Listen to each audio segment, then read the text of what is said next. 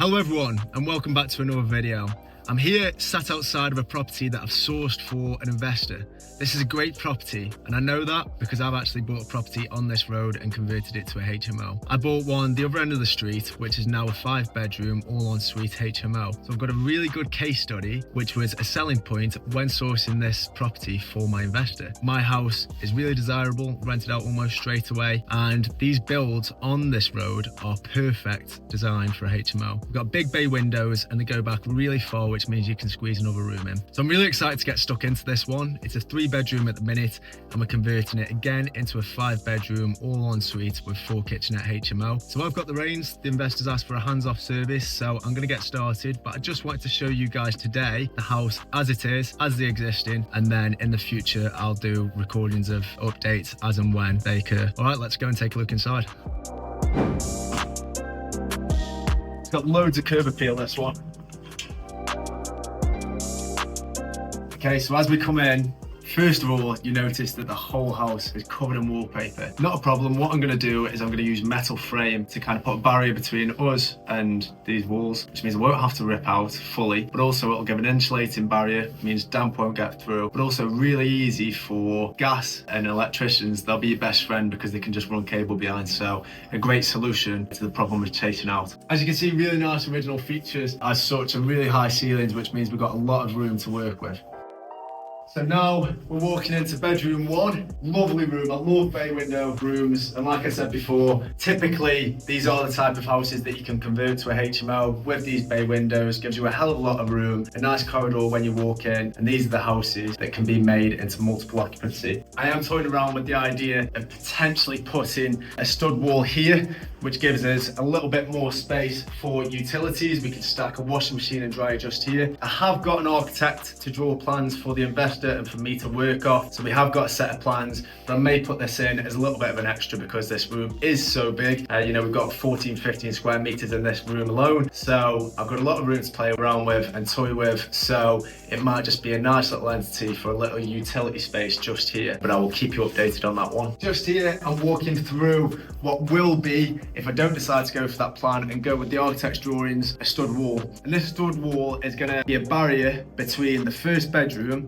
and the kitchen. So I've used this space.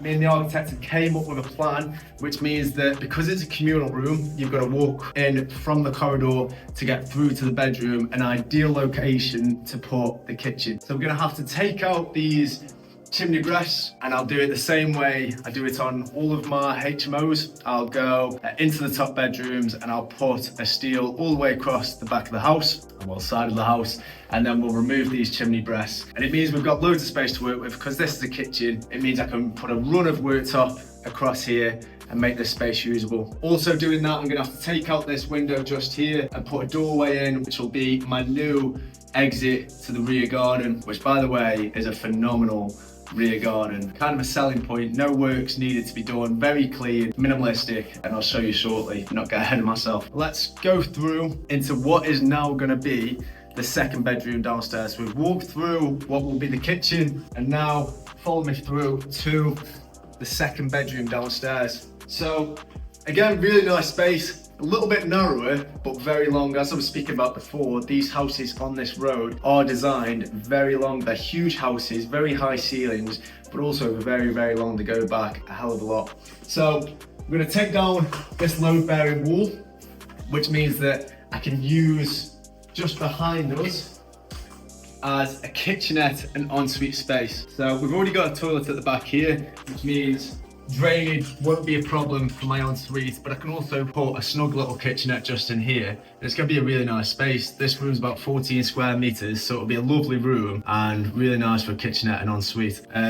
Just as I was preparing to make this video before, just as I came in, I've only just got the keys.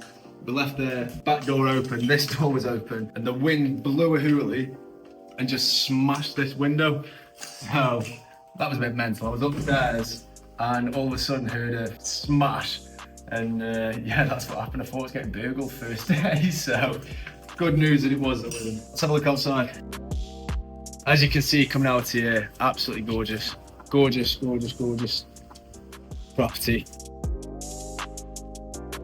like I said, very easy to maintain garden, which is a HMO investor or landlord of any sort really is kind of what you're looking for. Something like this, no grass, and very easy to manage, and in really good nick. So also the condition of the roof when I came and viewed this property for the investor is in really good standard. Doesn't need any work either. So very good brickwork, very good roof, structurally sound. So it's a really good investment and a very good property.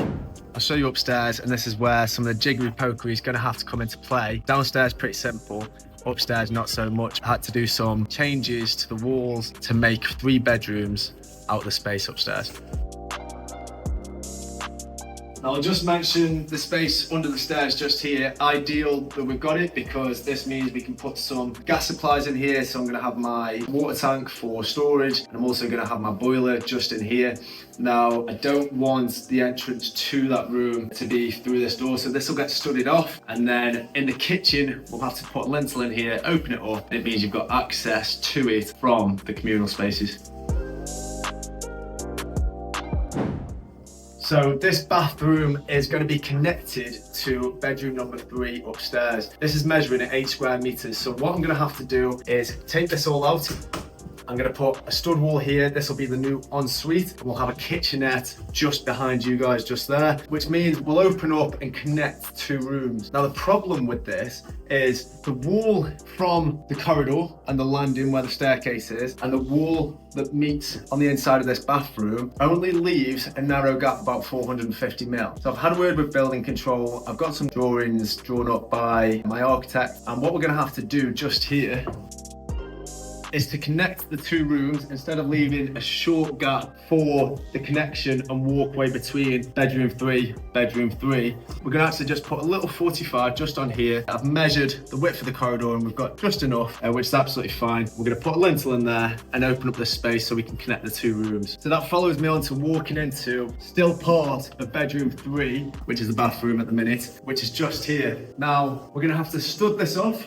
So in here for bedroom 3, we'll have a bed just there, we'll have a TV on the wall, and on the other side of this invisible stud wall will be bedroom 4. Now you might be thinking that's really small, and it is. So what we're going to have to do is, again, this is where you have to be creative and working alongside with my architect to make sure that we've met the regulations of the local authority, which here is Newcastle Borough Council. And we've got to make the minimum room size 10 square meters, not including ensuite. What we're going to have to do is eat into the room next door. So this space here will be used for storage. It'll be used for a kitchenette and ensuite for bedroom 4, but by putting lintels in this wall just here, it means that we can eat through into the next bedroom. So I'll take you around and have a look. But yeah, just one on the construction of this. So I'm gonna have to change all the windows to fire escape windows. So windows, doors will be changed on this one. And I'm gonna get the MF frame throughout, like I say. Also, the ceilings will be dropped. It just makes it a lot easier. You can just get it reboarded and then plastered straight over. Also downstairs, it means that we can run pipe, the electrician can run his cable underneath, and extractor fans, etc. So by dropping the ceilings, a little bit of extra money, but it does mean that the HMO construction is a lot simpler. So let's go and have a look next door, and I'll show you where the last bedroom is going to be created.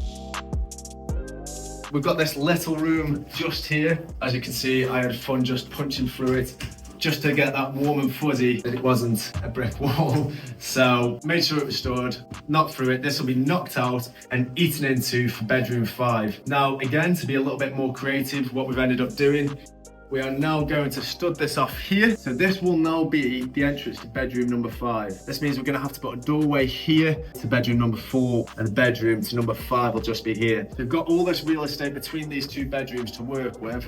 It's a huge house, huge rooms, and that's how I'm managing to do a 5-bedroom all en suite with 4 kitchenettes for this investor. Now I estimate that the renovation is going to take me 17 weeks. Next week, I've got building control coming out to have a look. I've got my rip out starting once they've come and signed it off. And then I've got my structural work, hopefully, if not the back end of next week, then the week after. From there on, it'll be getting the metal frame in, and then it should be plain sailing for the electricians and plumbers, just running the cable and running the pipe work behind. And this one should be underway in really, really good time and get this one turned around and rented out before summer. So I can't wait to get this one done for the investor, and I'm gonna do updates updates throughout this renovation to show you how we're getting on, but it's going to be a great build. So if you like this video, then please give it a like and give me a follow if you want to see more content like this. If you have any questions at all, then don't hesitate to reach out to me. Thank you very much.